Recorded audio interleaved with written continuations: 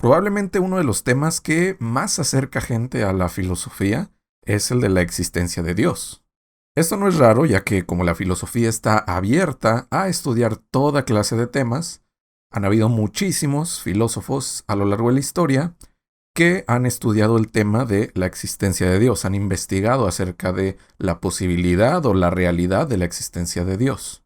Además, por el peculiar término que significa el de Dios, por su naturaleza, este término y este tema, este concepto, no podía escapar a la filosofía.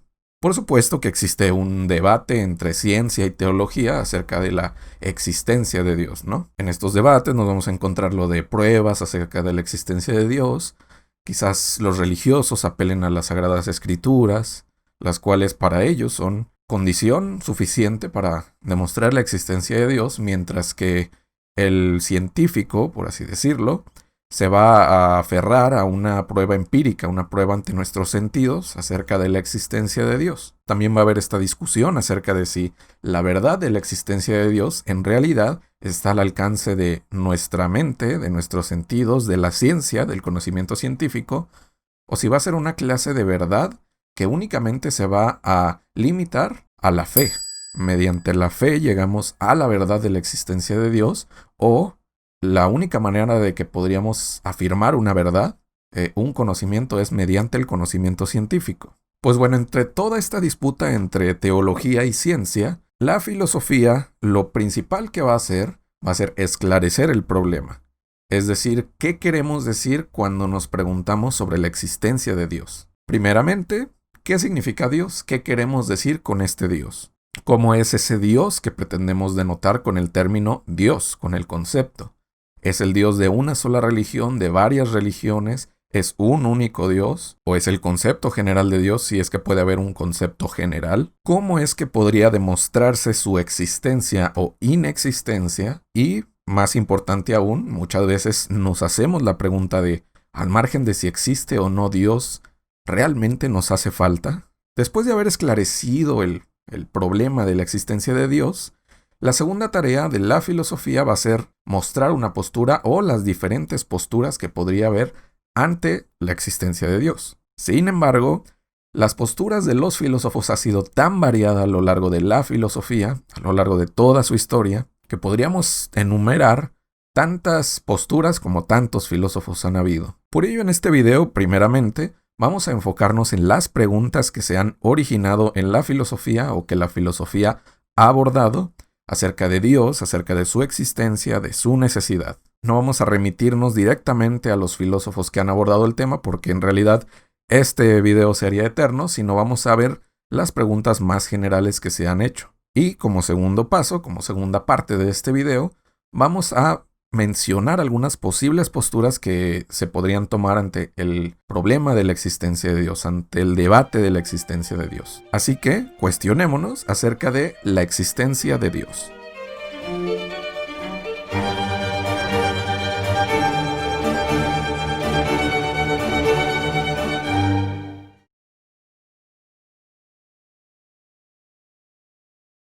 Con este video inauguramos una serie de videos que son un poco más informales, que son de un tema en específico, a diferencia de los videos que hasta el día de hoy hemos publicado en este canal, en Filosofía desde Cero. Por si no lo sabías, en Filosofía desde Cero tenemos hasta ahorita publicados 2 cursos de introducción a la filosofía, uno muy cortito para todos aquellos que no han tenido ningún tipo de contacto con la filosofía, y tenemos otro ya más intensivo con lecturas sobre introducción a la filosofía antigua, a los filósofos antiguos. Entonces, por si no los has checado y quieres estudiar a fondo los inicios de la filosofía y nunca has tenido un acercamiento hacia ella, puedes checarlos en nuestro canal. Tenemos las listas de reproducción, tenemos las lecturas para esos cursos, pero por ahora iniciamos con este video. Vamos a hacer más de estos videos en donde tocamos un tema en específico. También vamos a hacer otros en donde tocamos un autor en específico, o quizás una obra en específico. Van a ser videos más cortos, en donde no van a ser tal cual académicos, en donde tú te pongas a estudiar, sino que va a ser pura exposición de mi parte. Van a haber muchos ejemplos y tú únicamente te vas a tener que limitar a poner atención al video y esperemos a disfrutarlo. Sin más que decir, comencemos con el tema que nos tiene hoy aquí, el de la existencia de Dios.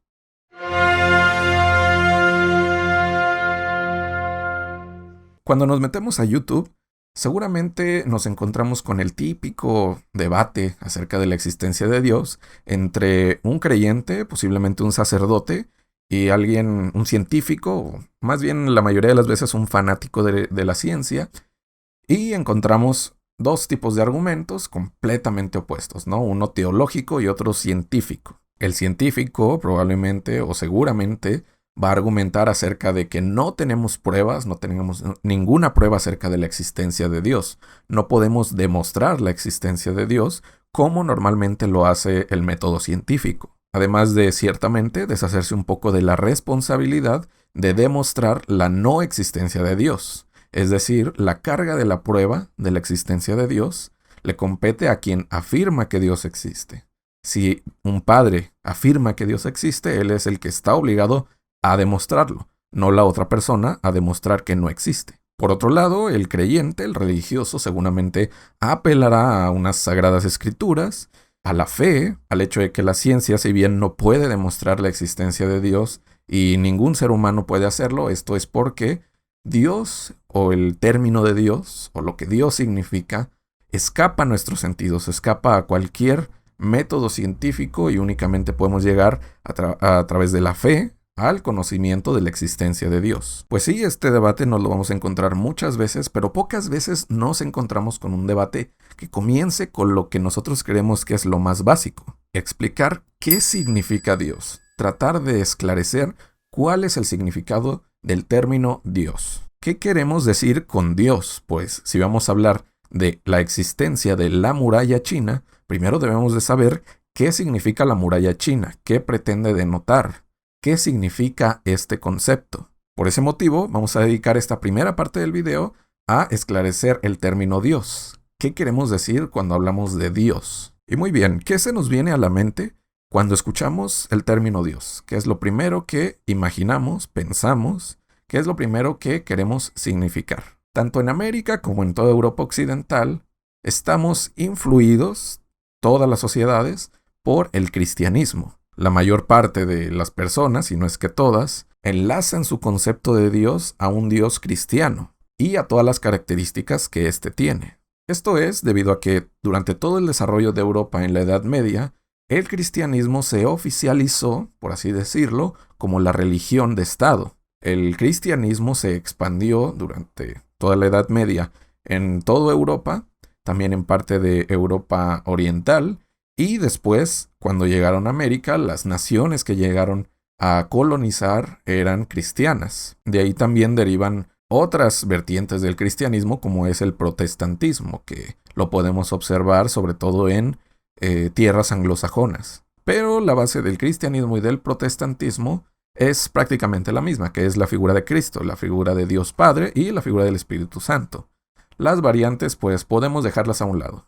Por otro lado, tenemos también más naciones hacia el oriente de Europa que están más bien influidas por el Islam. El Islam, que es la religión que nació en la parte árabe de Oriente, se expandió por todo ese lado, que a la vez el Islam, al igual que el cristianismo, provienen de otra religión, que es el judaísmo. El judaísmo, el cristianismo y el islam se les llaman religiones de Abraham, debido a que las tres reconocen a Abraham como el primer hombre que fue llamado de Cristo para dirigirse a la tierra prometida. El Dios de Abraham es este Dios que conocemos como un solo Dios, como Dios omnipotente, como Dios eterno, como Dios bondadoso, etcétera, etcétera. Por ello mismo, dejando todas las diferencias a un lado entre judaísmo, cristianismo e islam, podemos decir que tienen al mismo Dios, con las mismas características. El judaísmo quizás no va a creer en un mundo trascendente, en un paraíso del más allá, sino más bien un paraíso terrenal al que Dios los guía. El cristianismo sí va a apelar más a un alma inmortal, a un paraíso, pero aún así el Dios es el mismo. Entonces, como el video presente es acerca de la existencia de Dios, al margen de todas estas diferencias entre religiones, el sujeto normalmente de los debates de la existencia de Dios es este Dios, el de Abraham. Entonces ahí nos encontramos con el primer detalle. ¿Por qué centrarnos solo en el Dios de Abraham, en este Dios único, en este Dios hombre, en este Dios Padre, omnipotente, eterno? Este Dios de Abraham principalmente es hombre, entonces no es mujer, es padre, no madre.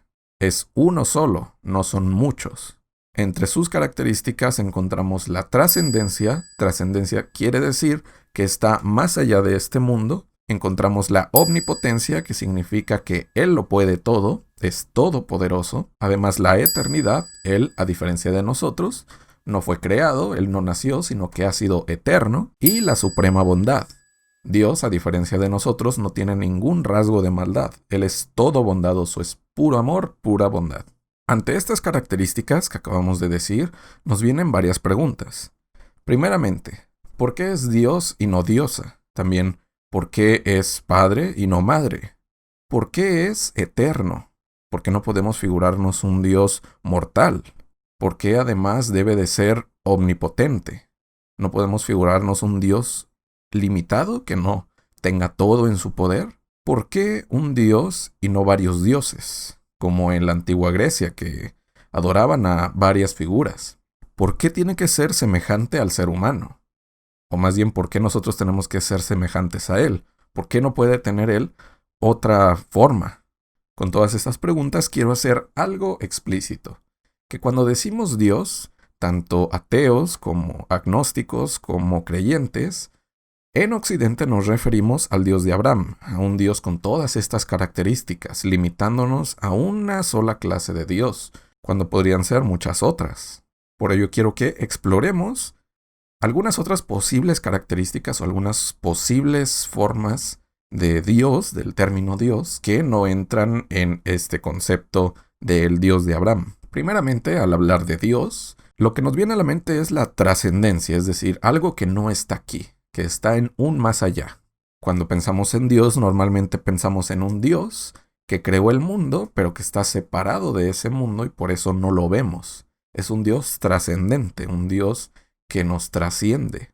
Este Dios está en otro lugar y probablemente con un buen comportamiento, en el caso del cristianismo, vamos a llegar algún día a verlo, a observarlo, pero esto va a ser en otro mundo. En el mundo terrenal no vamos a poder hacerlo. No obstante, además de esta imagen de un Dios trascendente, encontramos por lo menos otra, la de un Dios inmanente. ¿Qué significa esto de la inmanencia?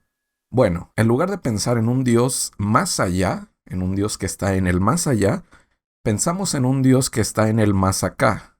Es decir, Dios no está más allá del mundo, sino está en este mundo. O más bien, Dios es este mundo. A la manera de ver a Dios en este mundo y a Dios como equivalente al mundo, se le denomina panteísmo, en el que Dios está en todas las cosas. En el panteísmo, Dios, universo, mundo, cosmos son equivalentes. Y nosotros como individuos, nosotros como seres humanos limitados, mortales, somos en realidad una pequeña parte de ese Dios, de ese mundo, de ese universo. Baruch Spinoza es un ejemplo de filósofo representante del panteísmo. Y este panteísmo puede ejemplificarse de la siguiente manera. Si observamos la naturaleza, al mundo, al universo, observamos que todo este universo se rige por leyes necesarias. Hay, por así decirlo, cierto orden. De hecho, si incluimos al ser humano en este cosmos, que de hecho forma parte de él, vemos que el ser humano también obedece a leyes. Y a lo largo de toda nuestra vida estudiamos todas estas leyes, leyes matemáticas, leyes físicas, leyes morales, leyes jurídicas, leyes químicas, biológicas, etcétera, etcétera. Todo en un mundo que parece estar en una unidad, que parece tener un orden. Un panteísta te diría, no es que Dios haya creado ese orden, es que Dios es ese orden.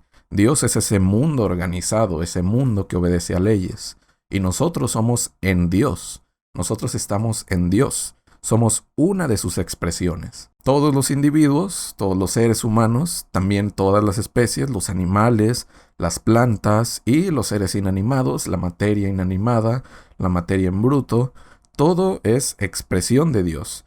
Todo es Dios. todos somos en Dios. Por ello, cuando escuchamos a quizás un aficionado de temas científicos, un aficionado que dice defender a la ciencia y estar siempre en pro de la ciencia, decir que Dios no existe, podríamos preguntarle a qué Dios se refiere, si se refiere a un Dios panteísta. Si se refiere a un Dios panteísta y niega la existencia de este Dios, podríamos también preguntarle entonces qué estudia la ciencia si no es este universo con sus leyes de las cuales ningún objeto se puede salir, este universo que pareciera ser inteligente. Estudia a esto que llama naturaleza, estudia a esto que llama cosmos. Si nos referimos a Dios como ese cosmos y como esta naturaleza organizada, entonces no habría mucha diferencia entre el Dios panteísta y lo que estudia la ciencia. Ahora bien, podríamos preguntar otras cosas acerca de Dios. Primeramente, ¿por qué tiene que ser uno? ¿Por qué tenemos esta tendencia a creer que hay una jerarquía que lleva hacia uno solo? Si bien hay otras divinidades, como algunas figuras de la Biblia o ángeles, que sí tienen un carácter de divinidad, que se acercan más a Dios que los simples mortales, siempre tendemos a tener una jerarquía que se dirige a uno solo, a un solo Dios, ¿no? A una sola figura suprema. Cuando en otras épocas y en otras regiones se creía, y actualmente también hay regiones en las que se cree, en múltiples dioses, no en uno solo. Por ejemplo, en la antigua Grecia, cada uno de los dioses era diferente y entre ellos estaban teniendo disputas, porque los griegos, los antiguos griegos, veían a la naturaleza como un montón de fuerzas superiores a nosotros, a los seres humanos, luchando entre sí, ¿no? Si nosotros nos ponemos a ver cómo es que todo el proceso de la naturaleza se rige, vemos un choque entre fuerzas. Entonces, ¿por qué imaginar a un solo Dios que lo rige todo y no mejor a varios dioses que están luchando entre sí, por ejemplo? De hecho, esto no compete únicamente a otras religiones que creen en varios dioses explícitamente, sino en la Edad Media muchos filósofos estudiaron, investigaron y argumentaron el por qué sí era posible o no era posible la Santísima Trinidad, el hecho de que Dios sea uno, pero a la vez sea tres, Padre, Hijo y Espíritu Santo. ¿Cómo es eso posible?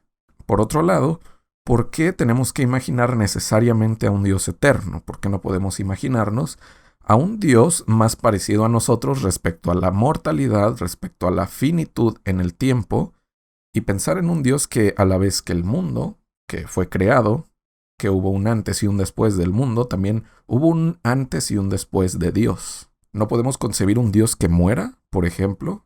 ¿O no podemos concebir un Dios que haya sido parido? ¿No podemos concebir un Dios que se reproduzca? Si estamos hechos a su imagen y semejanza, ¿por qué esta semejanza no incluiría la de la mortalidad, la de la reproducción, la de haber sido parido, la de nacer? También, entre otras preguntas que habíamos mencionado antes, es ¿por qué no hay una diosa más que un dios? ¿O es que el paraíso eterno es también un patriarcado? Y por último, respecto a la concepción de un dios de Abraham únicamente, podemos hacer la pregunta más difícil, más polémica y por la que seguramente en la Edad Media me hubieran quemado, que es ¿por qué Dios necesariamente es bueno? Si observamos al mundo, observamos que en realidad se rige más por una ley de egoísmo, ¿no? Cada quien está viendo por lo suyo. Y también hay días en los que vemos las noticias, vemos a nuestro alrededor, nos vemos en un montón de problemas, ya sea por enfermedades, ya sea por crímenes, en donde todo pareciera estar regido más bien por el mal, en donde pareciera haber más mal que bien. Si el mal existe y a veces es mayor el mal que el bien, ¿por qué no imaginar que Dios sea malvado? Por ello no quiero decir que, como hay mal en el mundo, y Dios presuntamente es bueno, por lo tanto Dios no existe, sino ¿qué pasaría si imagináramos a un Dios malvado? ¿Qué pasaría si creyéramos que Dios en realidad, en lugar de ser todo bondadoso, fuera un Dios todo malvado?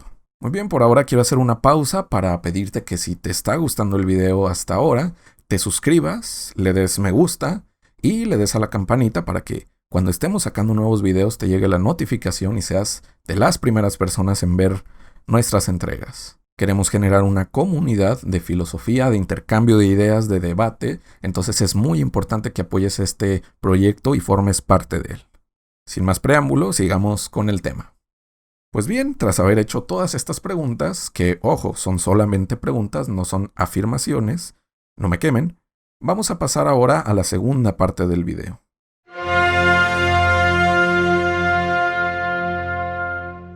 Habiendo ampliado las posibilidades de un Dios, del concepto de Dios, y no únicamente enfocándonos al término de Dios como término de Dios abrahámico, vamos a tratar de concebir qué posibilidades de posturas acerca de la existencia de Dios existen o podrían darse. Entonces pasemos a ver qué posturas pueden haber acerca de la existencia de Dios. Normalmente, ante la pregunta de la existencia de Dios, hay tres posturas muy generales. Por una parte, la positiva, que es la del creyente.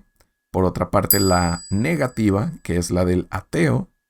Y por otra parte, la neutral, por así decirlo, que es la del agnóstico. La positiva, la de los creyentes, es afirmar que Dios existe. La negativa, obviamente, de los ateos, es el negar la existencia de Dios. Y la de los agnósticos es no afirmar ni negar la existencia de Dios por diferentes motivos. Normalmente el más común es que no podemos tener certeza absoluta acerca de su existencia o inexistencia. Pues bien, si nos preguntamos si Dios existe, lo primero que nos viene a la mente, por lo que ya hemos dicho, es ¿a qué Dios nos referimos? Si nos preguntamos por un Dios cristiano, por un Dios trascendente, único, hombre, ya sabemos muchas de las posibles respuestas, ya que las hemos escuchado en distintos debates. Un creyente podría afirmar que sí, que Dios existe, pero que si no lo hemos visto en este mundo es porque es trascendente, es porque está en otro plano, no en este. Pero Él es el creador de todas las cosas, Él es la causa de todas las cosas. Por otro lado, como habíamos visto al principio del video, el ateo podría replicar que la carga de la prueba la tiene Él. Y al él estar afirmando la existencia de algo, él tiene que tener las pruebas de la existencia de algo y no las tiene. Por lo tanto, Dios no existe. Un agnóstico, por su parte, podría decir que no podemos afirmar ni negar la existencia de Dios, ya que está fuera de todos nuestros alcances. El mismo concepto de Dios, al incluir la trascendencia, nos imposibilita afirmar o negar la existencia de Dios, ya que si hay un Dios más allá, y nosotros no podemos ir más allá, sino solamente estar en el más acá, estamos imposibilitados a afirmar o negar de manera contundente la existencia de Dios. Ahora pasemos a otra clase de Dios, a un Dios de corte inmanentista, a un Dios inmanente al mundo. Supongamos que un inmanentista afirma la existencia de Dios. Es decir, que Dios existe en el mundo del más acá, no en el más allá. Dios es igual al mundo, al cosmos y a la naturaleza. Y nosotros, como formamos parte de la naturaleza, somos parte de Dios. Somos en Dios. Ante esta postura ya las cosas cambian respecto a su posible refutación. Es decir, el ateo se vería en mayores aprietos, ya que si el ateo niega que existe un Dios inmanente, en realidad el creyente únicamente tendría que señalar cualquier cosa y decir, he ahí la prueba. Todas las cosas pertenecientes al mundo, como nosotros, como los animales, las plantas, todos los organismos, todas las cosas inanimadas, son parte de esta naturaleza, de este cosmos, de este Dios. Y que no es lo que estudia la ciencia, sino la naturaleza. Este cúmulo de cosas que interactúan entre sí de forma sistemática, de forma coherente. Aún así, el ateo podría replicar con un carácter escéptico que no tiene mucho caso el tener dos conceptos para una misma cosa, o qué diferenciaría a Dios del mundo. ¿Para qué tener esos dos conceptos si son lo mismo? ¿Por qué no simplemente llamarlo mundo?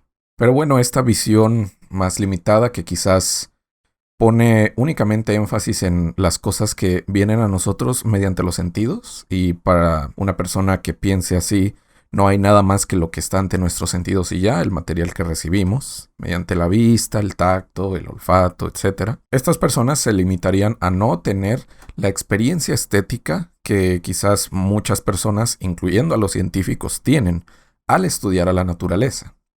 Muchos científicos, la gran mayoría, no estudian ciencia únicamente para tener su título de científico, ¿no? De físico, de químico, de biólogo.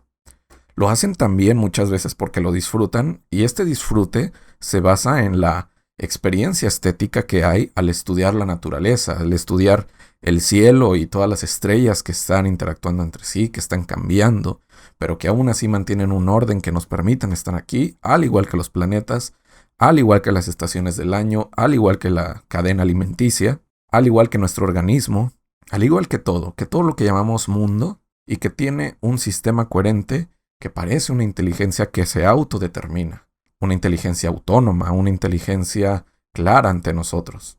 Este asombro que tenemos cuando vemos a todo ese sistema es la experiencia estética que muchos tienen, y que si únicamente nos limitamos a lo que llegue ante nuestros sentidos y a un realismo empirista de lo que hay ante nuestros sentidos sin más, y creer que no hay nada más, es lo que nos llevaría a no tener esta experiencia estética, ¿no? Cuando esta experiencia estética muchas veces es la que nos hace pensar en cómo todo esto puede ser una casualidad. No estoy diciendo aquí que la experiencia estética de ver un bosque nos diga que él lo creó un dios, sino más bien cómo ese bosque parece tener una manera de organización tan inteligente que no parecería tal cual un producto del azar. Para un inmanentista, este bosque tendría tal organización por ser ese bosque Dios mismo, al igual que nosotros, al igual que los animales, que tenemos cierta organización, ciclos,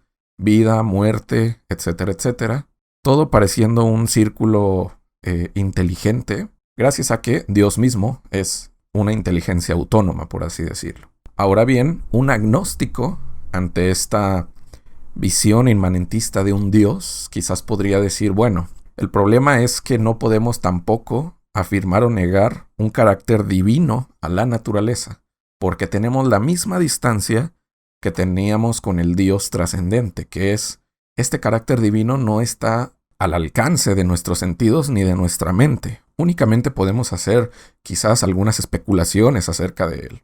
Pero el mundo divino, este orden divino que hay detrás de toda la naturaleza y que organiza todo, está fuera de nuestro alcance. ¿Por qué?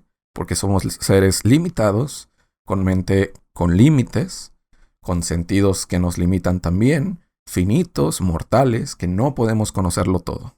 Estas son las dos formas más generales en las que se ha concebido un Dios de Abraham, por así decirlo, o un Dios único, a lo largo de los debates de la filosofía, ¿no? Es decir, el Dios trascendente y el Dios inmanente. Aún así, debates sobre los caracteres de Dios, sobre la posibilidad de su existencia, la manera en que actúa o no actúa en el mundo, infinidad de temas tienen muchos argumentos, muchas investigaciones y muchos tratados filosóficos. Ya hemos visto también las preguntas que podríamos hacer, ¿no? ¿Por qué Dios tiene que ser hombre y no mujer? ¿Qué hay detrás de esa visión de que el ser más omnipotente y supremo de la existencia tenga que ser hombre? ¿Qué hay detrás de todo eso y por qué debe de ser así? ¿Tendrá que ver más bien con nuestra manera de organizar el mundo o realmente con los posibles dioses? Etcétera, etcétera. Muchas cuestiones que podríamos hacer y que se han hecho a lo largo de la historia de la filosofía. Sin embargo, hay una con la que quisiera finalizar este video antes de llegar a las conclusiones, que es, como dijimos, la más polémica. Es decir, la de si Dios realmente es bueno, si es que existe, o si podríamos pensar más bien en un Dios malvado. Leibniz, uno de los más grandes filósofos racionalistas de la época de Newton, estaba a la par de Newton, tenía una especie de teoría acerca del mundo. Él creía que Dios, al ser todo bondadoso, no podía hacer un mundo mediocre, un mundo con maldad o un mundo malvado tal cual, y como nos amaba, únicamente podía darnos el mejor de los mundos posibles. Entonces, para Leibniz vivimos en el mejor de los mundos en los que podríamos vivir. Es decir, si nosotros imaginamos o tratamos de imaginar un mundo mejor, un mundo en el que no existan tragedias como las que vemos, Leibniz diría que ese mundo en realidad no sería mejor que este, sería peor. ¿Cómo sostiene esto Leibniz? Lo primero que pensamos cuando Leibniz afirma que este es el mejor de los mundos posibles es en todas las tragedias que vemos a nuestro alrededor, ¿no? Todas las guerras, todos los desastres naturales, etc. ¿Cómo es que este es el mejor de los mundos posibles y no uno en el que no hayan pasado esas tragedias? Bueno, para Leibniz, esto se justifica mediante el mal necesario. El mal necesario quiere decir que todo mal que pase es un mal en apariencia, pero en el futuro va a traer aún más beneficios. Por ejemplo, el abstenerme de comer comida chatarra o el hacer ejercicio trae cierto sufrimiento, trae la frustración de deseos, trae cansancio quizás, pero trae un bien mayor a futuro. Es decir, que este sufrimiento no fue malo, sino que trajo un bien mayor. Leibniz afirma que todo mal es de esa clase. De la clase de, en un futuro, va a traer un bien mayor. No obstante, esto también es muy debatible. Lo primero que podemos pensar nosotros es en las víctimas, por ejemplo, de las guerras, en las víctimas de trata de blancas, en las violaciones, en los asesinatos, miles de crímenes, ¿no? Miles de crímenes que todos los días llenan los noticieros de material.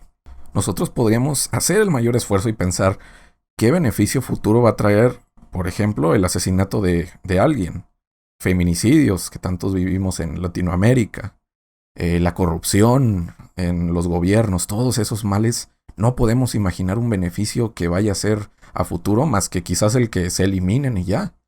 Pero que digamos, después vamos a disfrutar el haber sido sufridores de todas estas tragedias, pues la verdad es que es inimaginable.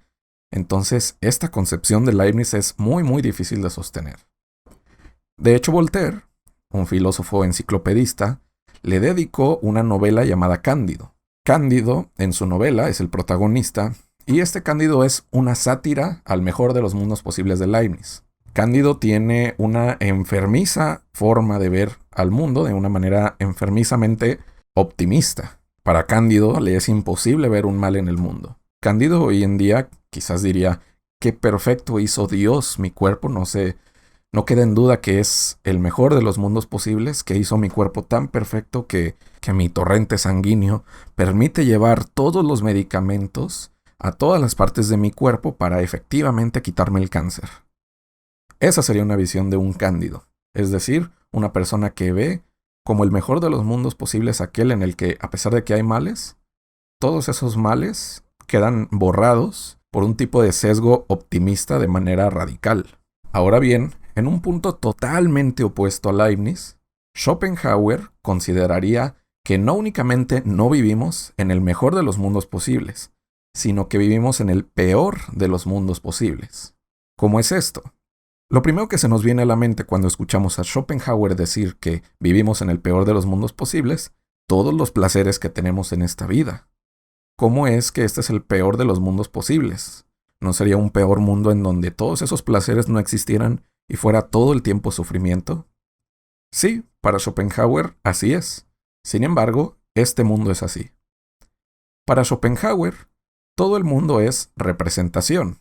Es decir, es cómo nos lo representamos mediante nuestros sentidos, mediante nuestra mente, y nos lo representamos como cosas individuales, como sistemas, como especies, como seres vivos, como seres inertes, como materia.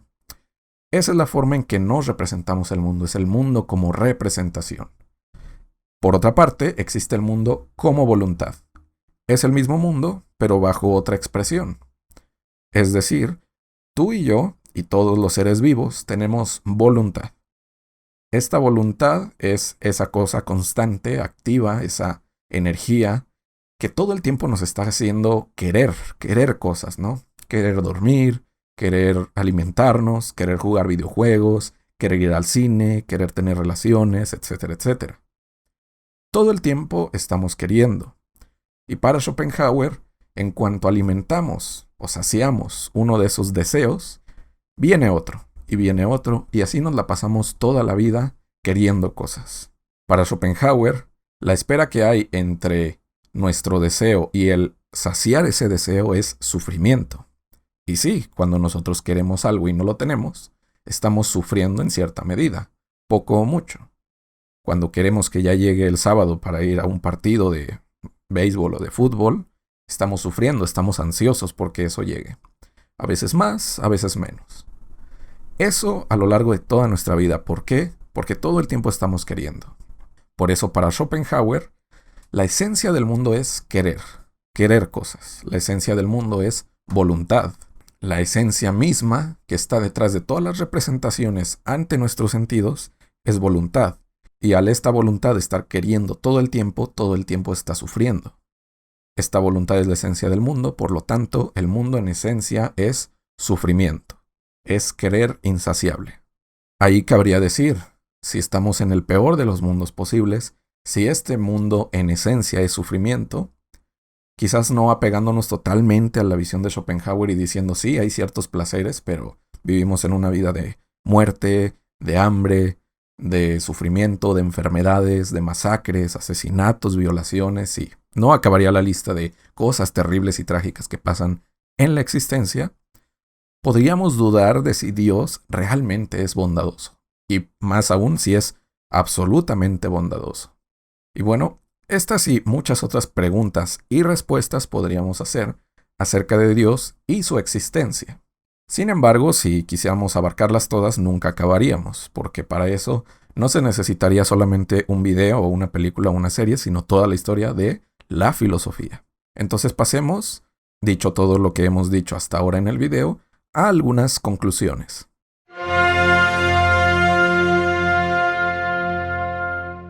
Pues bueno, hagamos de nueva cuenta el ejercicio de preguntarnos, ¿Dios existe o Dios no existe? ¿Cuál sería la respuesta? Pues bueno, espero que, con lo visto hasta ahora, la primera pregunta que te venga a la mente es, ¿a qué Dios nos referimos? ¿Qué características tiene? ¿Es únicamente uno o son varios? ¿Es omnipotente? ¿Es bueno o es malo? ¿Es mortal o inmortal? ¿Es hombre o mujer? Una vez delimitando todo eso, podríamos tener alguna de las posturas que hemos visto, o quizás una nueva que hasta ahora no se nos ha ocurrido. Pero ¿cuál de todas estas respuestas, cuál de todas estas posturas, la creyente, la atea o la agnóstica, es la correcta? No sabemos. Hasta el día de hoy nadie ha podido dar una certeza total de si existe, de si no existe, o si estamos imposibilitados de saber si existe o no existe Dios. Lo que sí puedo decirte es que después de ver este video, al menos ya tienes un panorama amplio para saber a qué Dios nos referimos. Tener más opciones es tener más posibilidades de pensar, debatir, opinar y elegir, de tomar una postura. Entre más opciones tenemos, entre más opciones conocemos, más libres somos. Y ahora probablemente muchos debates que te puedes encontrar en YouTube o en diferentes foros o en muchas pláticas que puedas tener con tus conocidos acerca de la existencia de Dios, ya se va a quedar muy limitada si únicamente se enfocan al Dios de Abraham.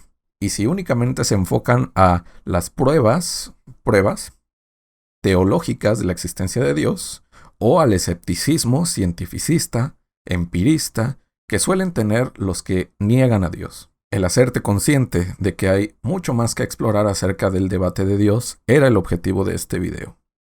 No obstante, me quisiera dar la libertad de darte mi postura. Y mi postura es que, bueno, durante mucho tiempo yo fui ateo. Yo me atreví a negar la existencia de Dios. Sin embargo, después tuve el privilegio de estudiar filosofía.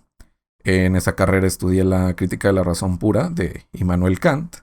Y en la crítica de la razón pura, Kant analiza los límites del conocimiento que podemos tener, tanto para afirmar como para negar algo. ¿Cuáles son estos límites? Bueno, los fijados por nuestros sentidos y nuestra mente. Nuestros sentidos y nuestra mente no nos permiten ir más allá de ellos. Estamos limitados por un cuerpo, por unos ojos, por unas manos, por unos oídos.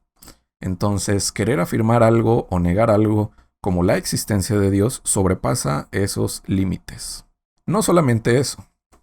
Kant expone en una sección de la Crítica de la Razón Pura, en la tercera parte, que es la dialéctica trascendental, hay una sección que se llama la antinomia de la razón pura. ¿Qué significa esta antinomia? Bueno, es un conflicto de la razón consigo misma. ¿A qué se refiere con este conflicto?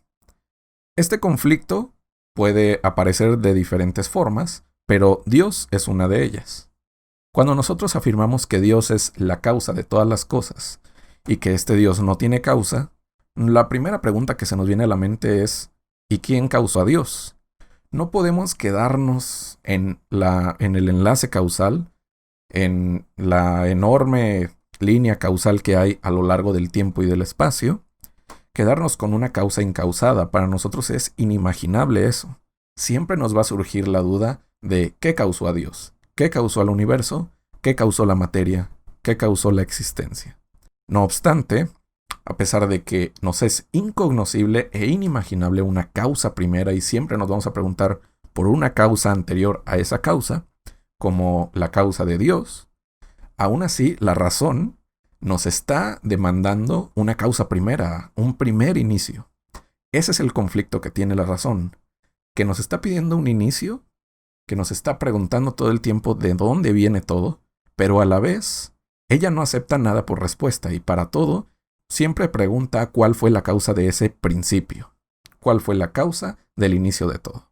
Dado este conflicto de la razón y dadas las limitaciones que tenemos como seres finitos, mortales, pasé a entender que dadas estas limitaciones y este conflicto que tenemos en nuestra mente, no podemos dar a ciencia cierta una respuesta, y mucho menos quedarnos satisfechos con esta respuesta. Ahora bien, si tuviera que afirmar la existencia de un Dios, preferiría un Dios inmanente y reconocernos a nosotros mismos como dioses, como parte de esta divinidad, de este cosmos. Esto no únicamente para no responsabilizar a un ser trascendente de las cosas que pasan en este mundo, sino también para poder actuar como divinidades, para poder cambiar nuestra realidad, para poder hacer grandes cosas. Saber que si hay un cambio en la realidad y que este cambio solamente puede ser llevado por Dios, nosotros debemos de ser considerados como dioses, como partes de Dios. Actuar y cambiar las circunstancias. Y pues bien, aquí finalizamos este video cuyo objetivo no es darte una respuesta, sino darte todas las posibles preguntas y respuestas que hay y que tú hagas el esfuerzo de pensar en ellas e incluso más. En este video hicimos un resumen muy general de el debate de la existencia de Dios y las posturas que hay, y como pudiste ver, surgieron más preguntas que respuestas. Eso es precisamente la filosofía. Y lo padre de la filosofía, lo que a mí me encanta, es que siempre todo va a ser objeto de análisis y objeto de duda. Siempre vamos a dudar de todo. La filosofía es lo contrario al dogma. Nunca vamos a dar nada por hecho, siempre vamos a dudar acerca de lo que se afirma.